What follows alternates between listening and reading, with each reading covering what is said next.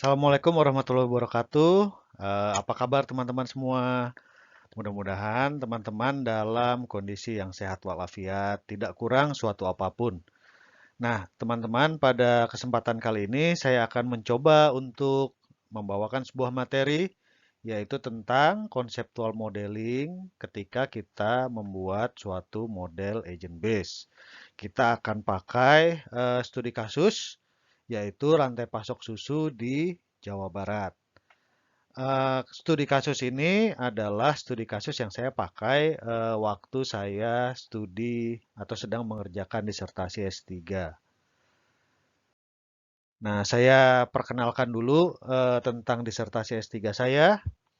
Jadi, disertasi S3 saya itu tidak bertujuan untuk membuat suatu model yang bisa dipakai untuk membuktikan teori atau membuat kebijakan gitu ya, atau membuat program pemerintah. Tapi disertasi S3 saya itu adalah bertujuan untuk mengusulkan pendekatan data collection atau teknik pengumpulan data ketika kita membuat model agent base. Saya mengusulkan ada dua. Yang pertama itu dengan pendekatan deduktif. Nama tekniknya skenario based questionnaire atau vignette survey. Yang kedua itu dengan pendekatan induktif. Nama tekniknya itu adalah role playing game. Nah, untuk menunjukkan kemanfaatan masing-masing teknik pengumpulan data ini, maka saya butuh suatu model untuk mendemonstrasikannya. Ya, nah ini adalah model yang saya pakai untuk mendemonstrasikan manfaat dari kedua teknik pengumpulan data ini adalah model rantai pasok susu di Jawa Barat. Nah, dalam kesempatan kali ini saya akan mendiskusikan 4 buah topik. Yang pertama adalah bagaimana mendeskripsikan suatu kasus dalam penelitian agent base, bagaimana mendefinisikan tujuan pemodelan, bagaimana mendefinisikan cakupan model atau model boundary, dan bagaimana kita mendefinisikan model input-output dalam penelitian kita. Model agent base lengkapnya sendiri sudah kita publikasikan di dua buah paper. Yang pertama di Journal of Simulation dan yang kedua di Journal of the Operational Research Society. Nah, teman-teman, teknik untuk membuat konseptual model itu sebenarnya banyak. Sudah ditulis di berbagai artikel ilmiah dan di berbagai buku, tapi pada kesempatan ini saya akan menyampaikan proses yang biasa saya lakukan. Jadi nanti teman-teman bisa punya kebebasan untuk memilih mau mengikuti cara saya atau misalkan teman-teman mau merujuk ke paper atau buku yang lain. Oke, kita mulai dengan deskripsi studi kasusnya. Jadi ini adalah rantai pasok susu di Indonesia. Ini saya ambil penjelasannya dari paper salah satu rekan saya di Unpad, yaitu Pak Andre Daud. Jadi menurut papernya Pak Andre, eh, rantai pasok susu di Indonesia itu melibatkan banyak aktor. Yang pertama itu ada peternaknya. Peternaknya ini memperoleh bibit sapi perah dari pedagang ternak. Kemudian untuk memberi makan sapinya, mereka bergantung pada rumput dari lingkungan. Selain rumput, sapi juga butuh pakan tambahan yang sering juga disebut sebagai konsentrat. Nah, pakan tambahannya ini biasanya dijual melalui koperasi ke petani. Setelah memproduksi susu, maka petani akan menjual hasil produksinya kembali ke koperasi. Koperasi kemudian akan menjual susu tersebut ke industri pengolahan susu. Ada berbagai perusahaan di Indonesia dan pada akhirnya industri pengolahan susu akan memasarkan produk susu yang siap diminum kepada konsumen. Nah, sekarang bagaimana situasi petani susu di Indonesia? Jadi, petani susu di Indonesia itu lahannya yang dimiliki dia relatif kecil ya. Jadi biasanya dia punya lahan itu di foto ini, itu dia punya lahan untuk rumah dan ini adalah kandang untuk memelihara sapi-sapinya. Ya, jadi berbeda dengan kondisi petani susu di luar negeri yang lahannya luas. Akibat lahan yang kecil ini, mereka harus punya spesialisasi. Jadi, contohnya mereka hanya memproduksi susu saja. Sementara kalau petani di luar negeri yang punya lahan luas, mereka bisa memproduksi susu, memproduksi gandum, memproduksi jagung secara bersamaan. Nah, karena lahan yang kecil ini mereka juga bergantung pada rumput yang tumbuh di pinggir-pinggir jalan seperti yang ada di foto ini gitu ya. Atau rumput yang tumbuh di pinggiran sungai atau yang di sisi-sisi perkebunan atau di pinggir-pinggir hutan.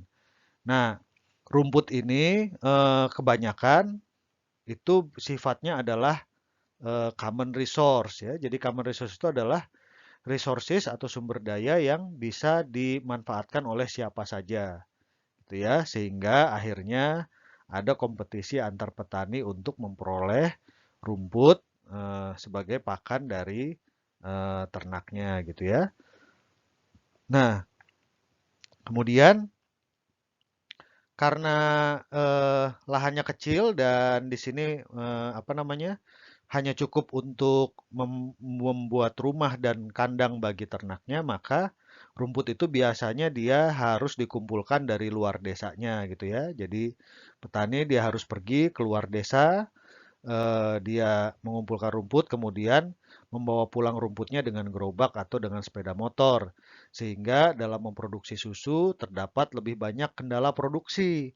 Yang pertama misalnya adalah jumlah tenaga kerja keluarga yang tersedia. Kemudian waktu kerja petaninya, karena petani kan tidak hanya sekedar mengumpulkan rumput, dia harus membersihkan kandang, dia harus memerah, dia harus menyetor susu ke koperasi. Kendala yang lain itu adalah kapasitas angkut dari kendaraan yang dimilikinya. Gitu ya, karena menggunakan gerobak atau sepeda motor, tentunya jumlah rumput yang bisa diangkut itu tidak terlalu banyak.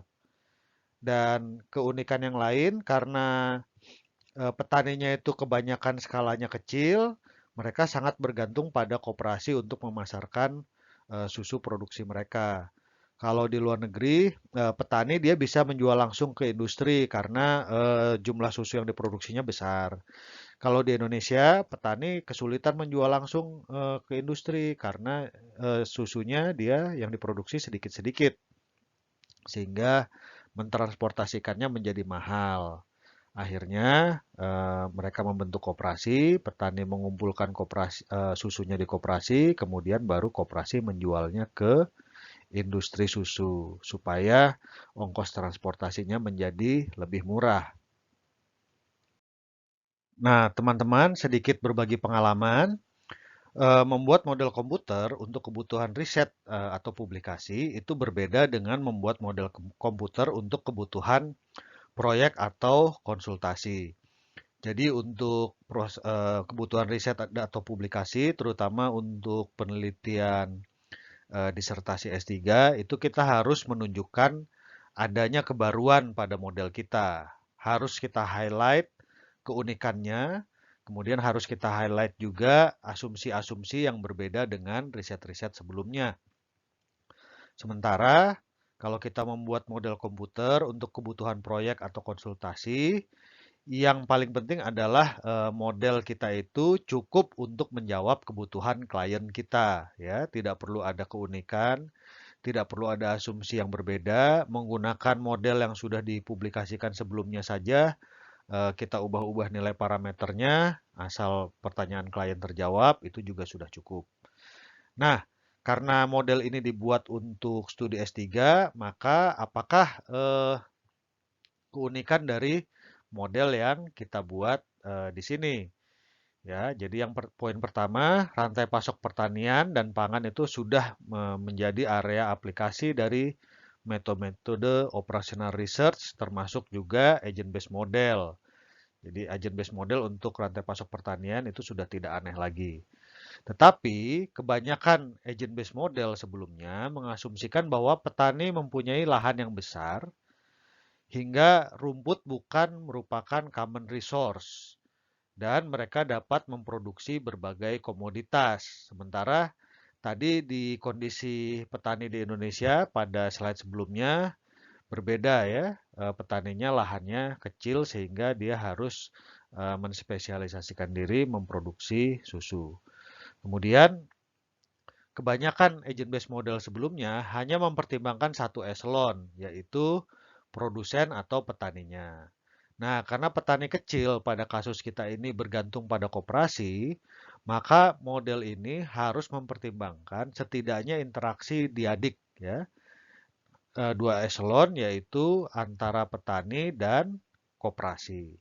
Jadi ini adalah keunikan atau gap yang kita jawab melalui model kita ini.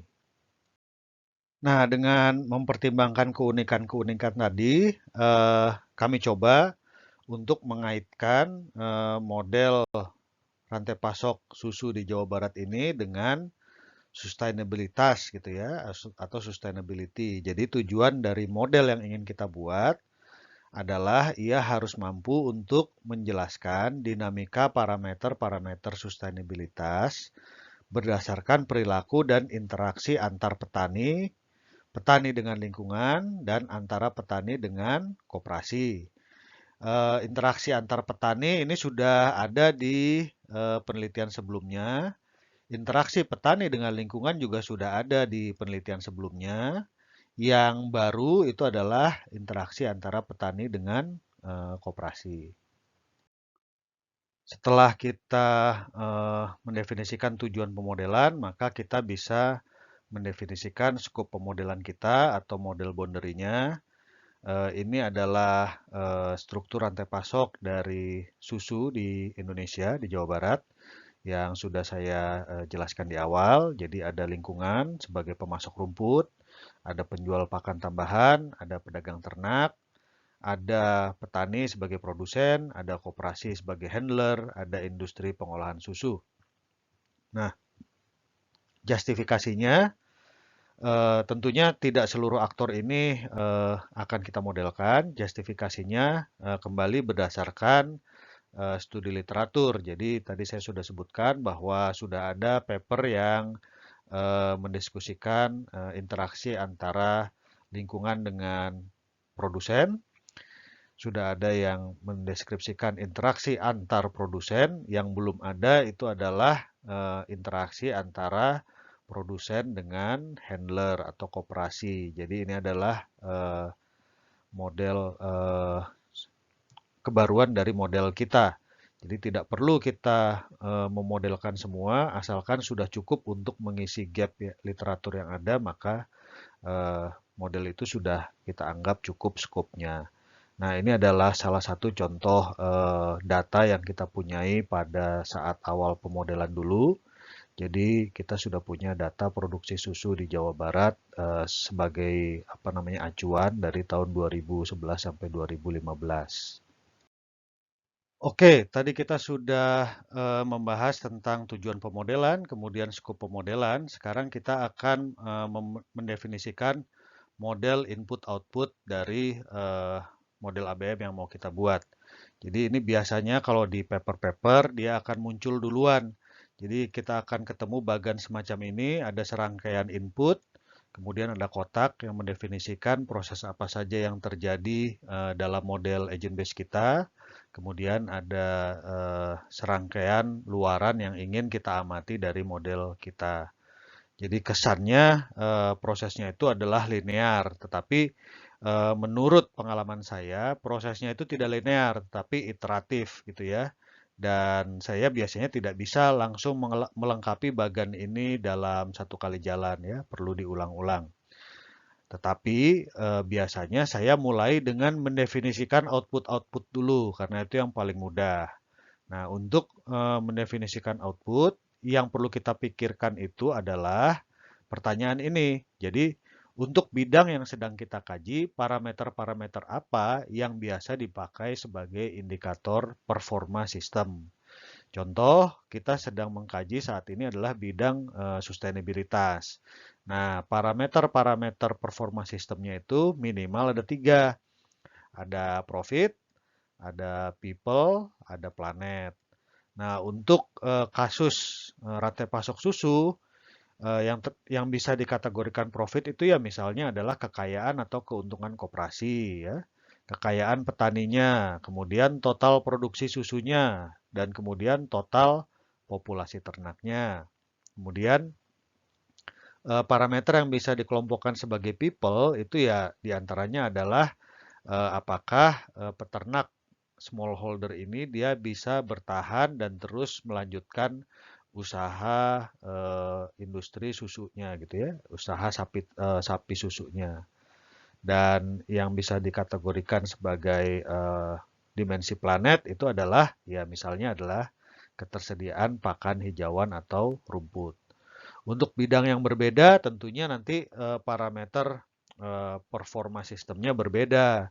Kalau misalkan kita mengkaji bidang politik gitu misalnya, bisa jadi parameternya itu adalah jumlah demonstrasi yang terjadi dalam suatu rezim misalkan seperti itu.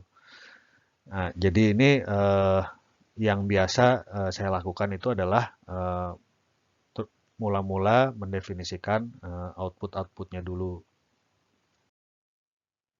Baik, kita mulai dari output pertama yaitu keuntungan atau kekayaan koperasi. Nah, biasanya dalam membuat konseptual model itu akan ada 3 buah pertanyaan yang relevan. Yang pertama itu adalah parameter output ini dia milik siapa. Jadi atribut siapa atau siapa yang menghasilkan nilai parameter tersebut. Tentunya untuk keuntungan koperasi, parameter ini dihasilkan oleh agen kooperatif atau koperasi. Pertanyaan kedua itu adalah bagaimana kita mengukur parameter ini.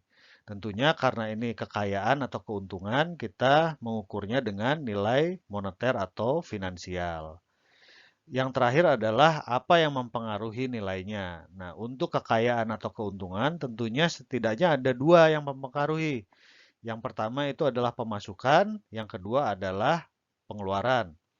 Nah, sekarang apa yang mempengaruhi pemasukan koperasi? Yang pertama tentunya adalah jumlah susu yang dijual ke industri. Makin banyak susu yang bisa dijual, maka pemasukan semakin besar. Kemudian eh, adalah harga yang diberikan oleh industri untuk setiap liter susunya. Pada saat kami melakukan penelitian ini, harganya itu adalah 5.500 per liter. Nah, harga ini itu merupakan keputusan industri dan karena industri tidak dimodelkan pada model kita, dia di luar cakupan model, maka nilai ini kita anggap sebagai input. Selanjutnya pengeluaran. Pengeluaran ada beberapa aspek yang mempengaruhi nilainya. Yang pertama itu tentunya adalah harga beli susu ke petani. Ini merupakan keputusan koperasi, ya. Jadi berdasarkan observasi kami pada saat melakukan penelitian, harga itu dia dipengaruhi oleh kualitas susu. Kualitas susu terendah itu harganya 3.350 per liter. Kualitas susu tertinggi itu harganya adalah 5.200 rupiah per liter. Nah, untuk melakukan uji kualitas ini, setiap seorang petani menyetorkan susu, maka dilakukanlah serangkaian pengujian ya terhadap kualitas susunya. Tetapi formula apa yang dipakai untuk menentukan harga itu tidak pernah diberitahukan oleh koperasi. Yang kita bisa ketahui hanya rentangnya saja. Oleh karena itu, rentang ini kita pakai sebagai input. Kemudian, faktor kedua yang mempengaruhi pengeluaran itu adalah jumlah atau total susu yang dijual oleh petani.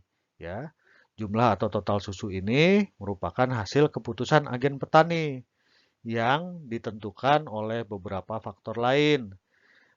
Contohnya adalah jumlah keluarga petaninya ada berapa, kemudian tenaga kerja per keluarga petani ada berapa, kemudian apakah petani tersebut dia memutuskan untuk terus atau berhenti bertani.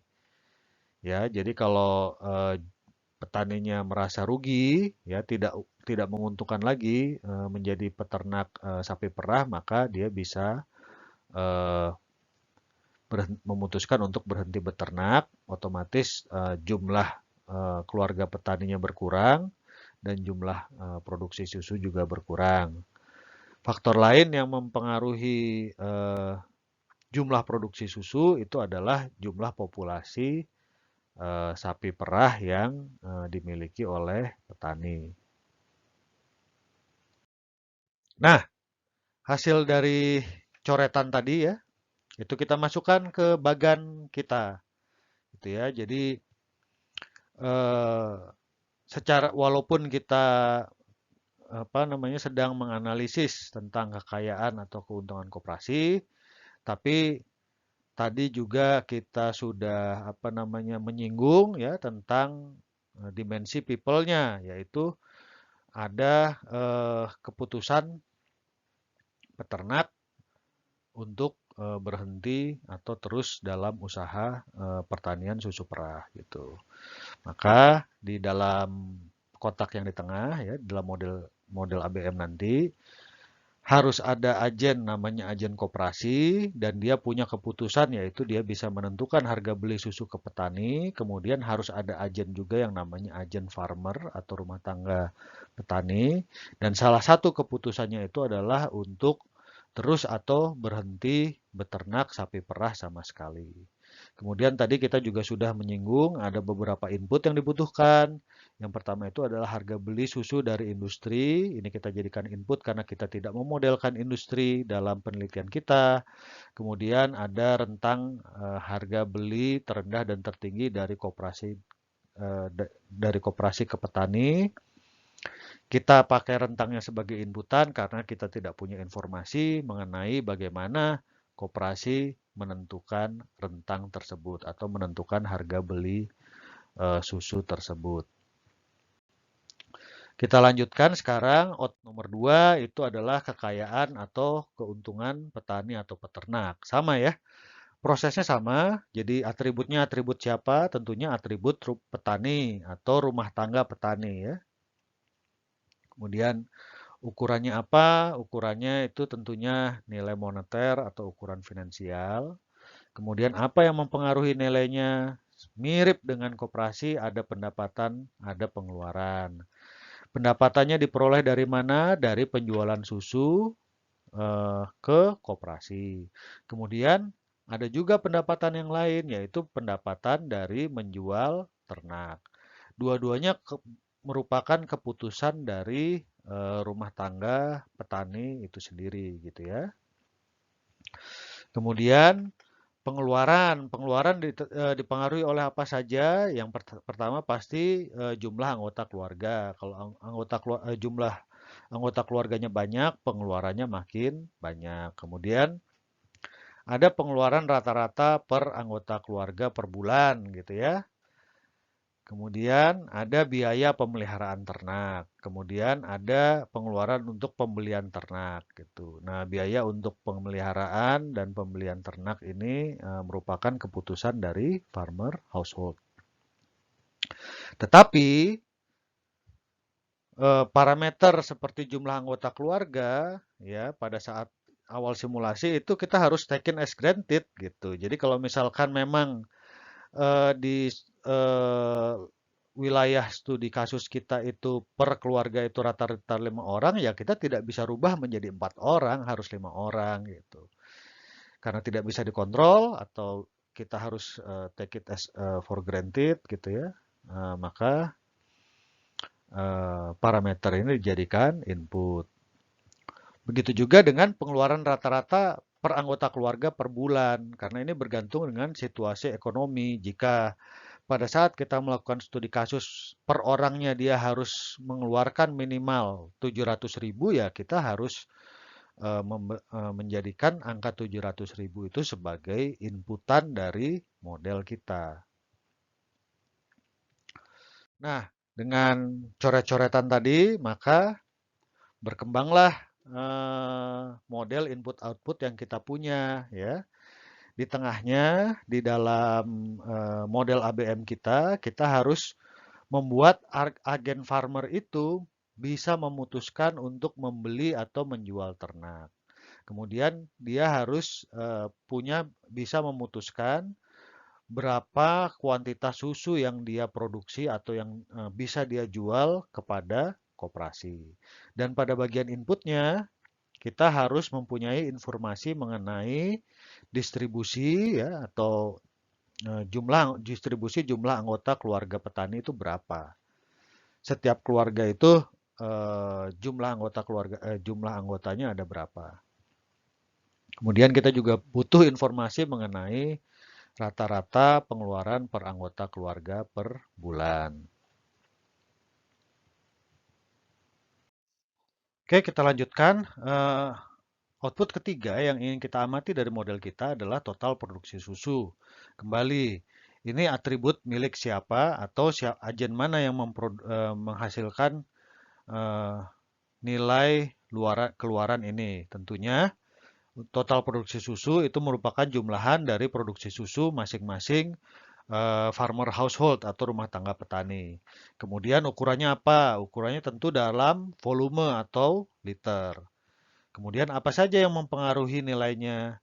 Tentunya yang pertama mempengaruhi nilainya itu adalah jumlah sapi betina produktif yang dimiliki oleh masing-masing farmer household.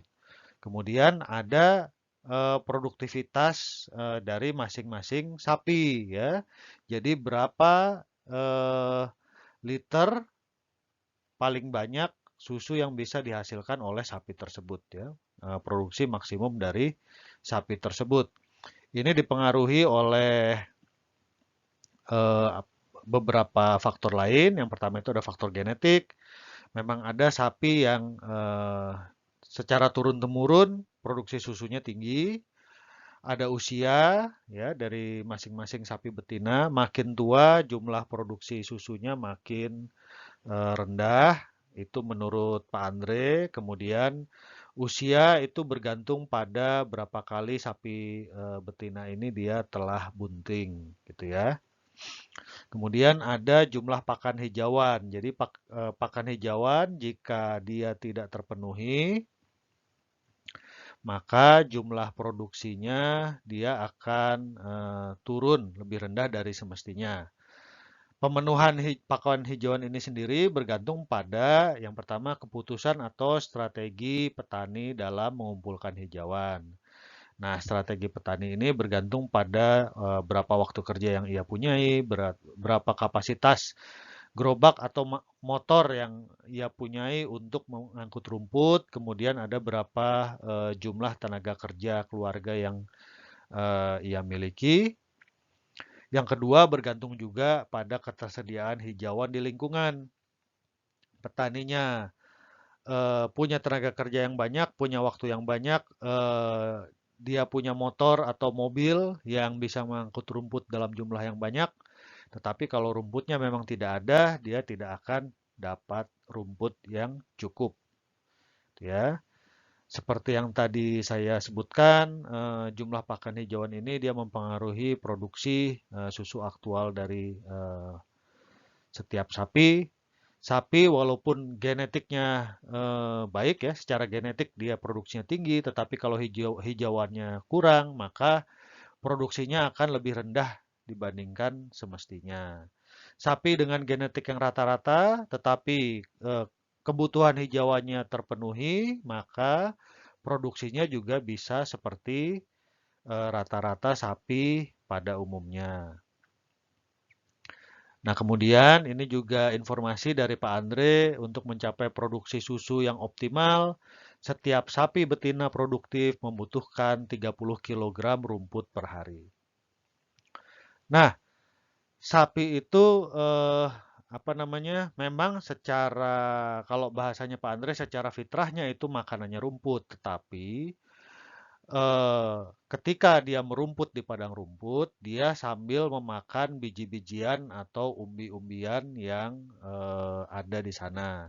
Ya, biji-bijian dan umbi-umbian ini dia memberikan protein kepada sapi.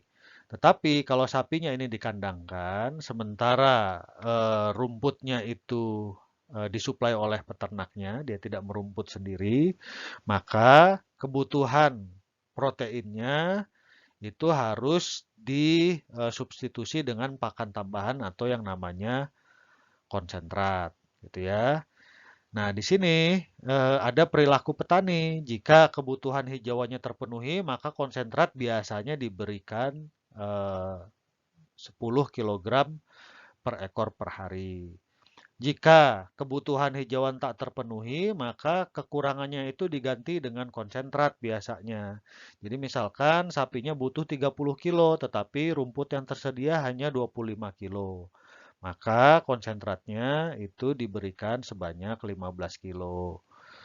Nah, konsentrat itu sendiri tidak mempengaruhi jumlah produksi, tetapi imbangan antara hijauan dan konsentrat atau proporsinya itu akan mempengaruhi kualitas susu dan pada akhirnya akan mempengaruhi harga jual susu ke koperasi. Menurut Pak Andre kembali ya, kualitas susu yang terbaik itu dapat dicapai ketika imbangan antara pakan hijauannya itu 3 bagian, konsentratnya itu 1 bagian.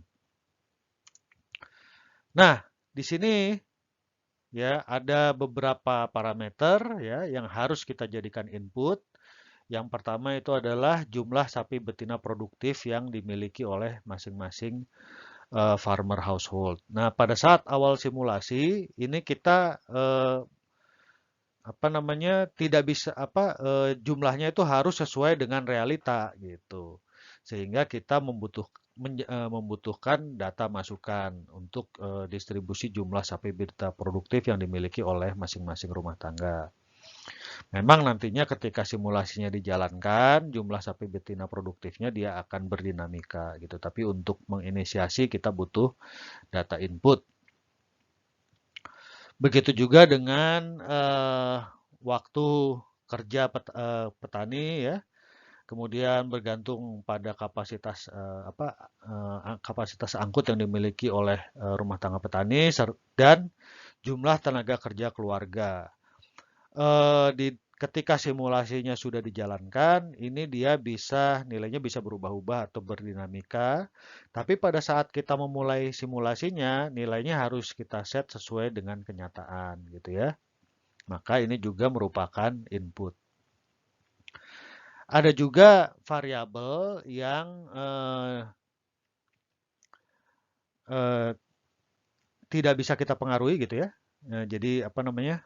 Eh, ya, dia tidak bisa kita hitung sendiri, tidak bisa kita pengaruhi, tetapi datanya tidak ada, gitu ya, karena memang pengukuran di dalam di dunia nyata tidak ada. Yaitu misalnya adalah faktor genetik dan usia masing-masing sapi betina. Itu tidak pernah ada data yang menunjukkan misalkan sapi yang sudah berusia setahun itu ada berapa ekor, yang sudah berusia 2 tahun ada berapa ekor dan seterusnya. Data yang paling halus itu hanya berdasarkan tingkat perkembangan sapi. Jadi ada sapi pedet ya, sapi yang baru lahir sampai dia usia sekitar 1 tahun atau 1 tahun setengah. Kemudian ada sapi dara atau bahasa Inggrisnya heifer, itu adalah sapi yang dia sudah bisa bunting tetapi belum pernah bunting. Itu namanya sapi dara atau sapi heifer. Kemudian ada sapi dewasa. Sapi betina dewasa itu biasanya dihitung dari yang usianya dia sudah 2 tahun ke atas dan sudah pernah bunting itu biasanya disebut sapi betina dewasa. Karena datanya tidak ada, maka kita akan acak selama dalam simulasi kita akan apa namanya assign atau kita akan set usia sapi secara acak, tetapi kita akan melakukan eksperimen secara berulang-ulang sehingga kita mengakomodir berbagai kemungkinan yang mungkin saja terjadi di dunia nyata. Begitu juga dengan faktor genetik. Jadi faktor genetik itu tidak pernah ada yang melakukan pengukuran gitu. Jadi sapi A punya produksi maksimum misalkan 15 liter, kemudian punya anak produksi maksimumnya juga 15 liter. Itu tidak pernah ada yang mencatat data seperti itu, data genetik seperti itu tidak pernah dicatat. Sehingga sama juga strateginya, kita assign secara random tapi kita lakukan eksperimen berulang-ulang sehingga kita bisa mengakomodir berbagai ketidakpastian yang ada di dunia nyata. Oke, kembali kita lengkapi bagian model input-output kita. Sekarang kita masukkan, kita menemukan suatu keputusan baru yang dimiliki oleh agen farmer, yaitu keputusan atau strategi dalam mengumpulkan hijauan. Kemudian kita juga mengidentifikasi beberapa input baru, yaitu jumlah sapi awal yang dimiliki, kemudian kepemilikan alat transportasi, kemudian distribusi kualitas genetik sapi gitu ya, untuk nantinya kita acak.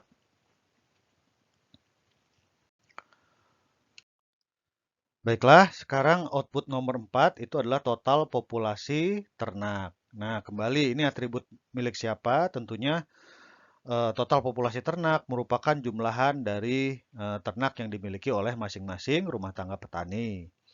Ya, yang disebut dengan total populasi ternak itu bisa jadi populasi total, baik jantan maupun betina dalam ekor, maupun populasi sapi betinanya saja dalam ekor. Kenapa populasi sapi betinanya saja ini penting adalah karena yang mempengaruhi produksi susu itu tentunya sapi betina, bukan sapi jantan. Nah, apa yang mempengaruhi total populasi ternak? Tentunya yang pertama itu adalah struktur kelamin ya. Total populasi itu pastinya total sapi jantan ditambah total sapi betina. Kemudian total populasi itu bisa berubah nilainya karena ada pertambahan populasi dan karena ada pengurangan populasi. Pertambahan populasi itu bisa terjadi karena kelahiran, ya. Kelahiran sendiri ini dia bergantung pada faktor genetik. Ada sapi-sapi yang mudah bunting, ada sapi-sapi yang sulit bunting. Kemudian juga ada keberhasilan tingkat keberhasilan inseminasi buatan. Jadi untuk di Pangalengan, tempat studi kasus kami dulu, perkawinan sapinya itu merupakan perkawinan buatan melalui inseminasi, bukan perkawinan alami gitu ya. Karena apa? Karena sapinya dikandangkan gitu. Kemudian pertambahan populasi yang lain adalah melalui pembelian heifer atau sapi darah. Jadi apa namanya? Peternak sapi perah dia tidak pernah membeli sapi jantan. Ya, yang dia beli itu biasanya sapi betina yang masih muda. Tuh, jadi ya itulah karena sapi betina lah yang memproduksi susu. Nah, keputusan membeli heifer ini dia bergantung pada ketersediaan pakan. Itu yang pertama. Kalau petaninya merasa sanggup memberi makan lebih banyak sapi, maka dia akan mulai berpikir untuk membeli sapi darah yang baru. Kemudian ketersediaan modal. Kalau dia uangnya ada, ya dia membeli sapi darah yang baru. Kemudian ketersediaan lahan karena dia membutuhkan kandang. Kalau misalkan kandangnya masih ada slot kosong atau petaninya masih punya tanah kosong untuk membuat kandang baru, maka dia akan mempertimbangkan untuk membeli sapi darah yang baru. Inilah yang kadang-kadang ya, kadang-kadang itu kan suka ada program atau usulan gitu supaya produksi susu meningkat, maka petani itu diberi saja sapi darah yang apa diberi modal sapi darah gitu yang produktivitasnya tinggi. Nah, kebijakan atau usulan semacam ini dia sering gagal. Alasannya adalah karena petani itu terutama yang sapinya dikandangkan dan petaninya harus mentransportasikan rumput, tidak selalu sanggup untuk memberi makan secara cukup gitu. Jadi misalkan petaninya dia hanya sanggup ngasih makan 4 ekor sapi, ketika diberi sapi baru, maka salah satu sapinya apa ya yang tidak sanggup dia beri makan itu harus dijual atau mungkin dipotong gitu. Jadi awalnya punya 4, dia sanggup kasih makan 4, dikasih tambahan modal sapi baru dengan tujuan supaya produksinya meningkat. Akhirnya dia harus ngasih makan 5 ekor sapi, dia nggak kuat ngangkut rumputnya, maka salah satu sapinya, entah yang produksinya sudah turun, dia akan dikorbankan. Sehingga pada akhirnya sapi petaninya tetap 4. Itu dia.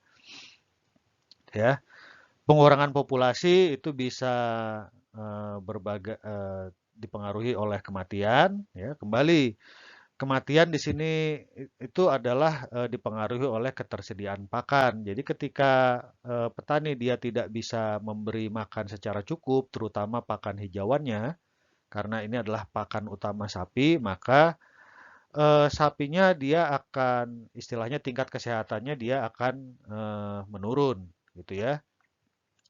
Memang jarang ditemui si sapi itu sampai benar-benar mati karena kelaparan, tapi biasanya petani seperti itu. Ketika dia sudah merasa bahwa dia tidak sanggup memberi makan dengan cukup, maka ya antara sapinya itu dijual atau ya dipotong, kemudian dagingnya dijual atau dikonsumsi gitu karena daripada mati karena tidak mendapat cukup makan gitu ya.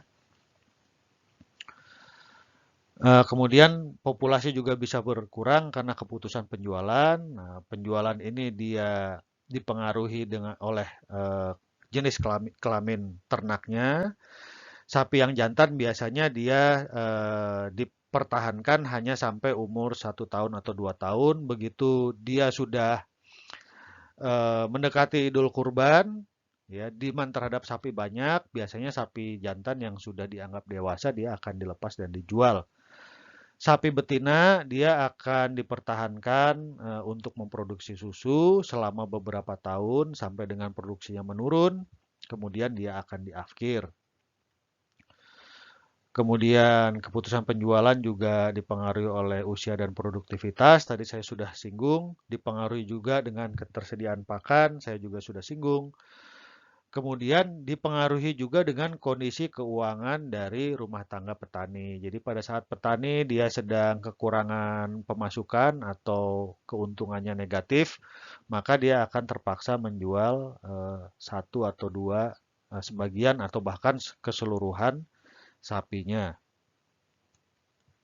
Nah, kembali di sini ada beberapa eh, parameter yang harus kita jadikan input. Yang pertama itu adalah populasi di awal simulasi itu harus kita sesuaikan dengan dunia nyata sehingga ini kita jadikan input. Kemudian harus ada beberapa parameter yang diskenariokan, misalkan fertilitas atau faktor genetik. Mudah atau sulitnya sapi itu bunting, itu tidak pernah ada orang yang mengumpulkan datanya sehingga nilainya harus kita acak dalam simulasi supaya kita bisa eh, mengakomodir berbagai ketidakpastian dalam dunia nyata, maka nanti eksperimennya harus kita ulang-ulang. Oke, kita lengkapi lagi tabel atau bagan model input-output kita. Keputusan agen farmer sudah tidak ada tambahan ya, karena keputusan mengumpulkan hijauan sudah ada, itu untuk masalah pakannya. Kemudian keputusan pembelian dan penjualan ternak juga sudah ada di dalam kotaknya. Yang perlu kita ubah itu atau kita modifikasi itu adalah inputnya, karena sekarang kita tahu bahwa jumlah awal sapi yang dimiliki oleh peternak itu harus dijadikan data, tetapi tidak bisa nilai agregatnya saja, harus dispesifikasikan berapa jumlah jantan dan berapa jumlah betina. Oke, ini yang terakhir itu adalah ketersediaan pakan hijauan. Tentunya hijauan ini tumbuhnya di lingkungan, sehingga dia merupakan atribut lingkungan. Ukurannya itu bisa jadi merupakan cadangan rumput dalam ton, kemudian nilainya berdinamika, ada pertumbuhan, ya, dia bisa bertambah karena tumbuh. Tumbuhnya ini bergantung banyak faktor, ada faktor cuaca, ada faktor kesuburan tanah dan lain sebagainya. Tetapi supaya lebih sederhana, kita asumsikan growth rate-nya atau laju pertumbuhannya itu konstan.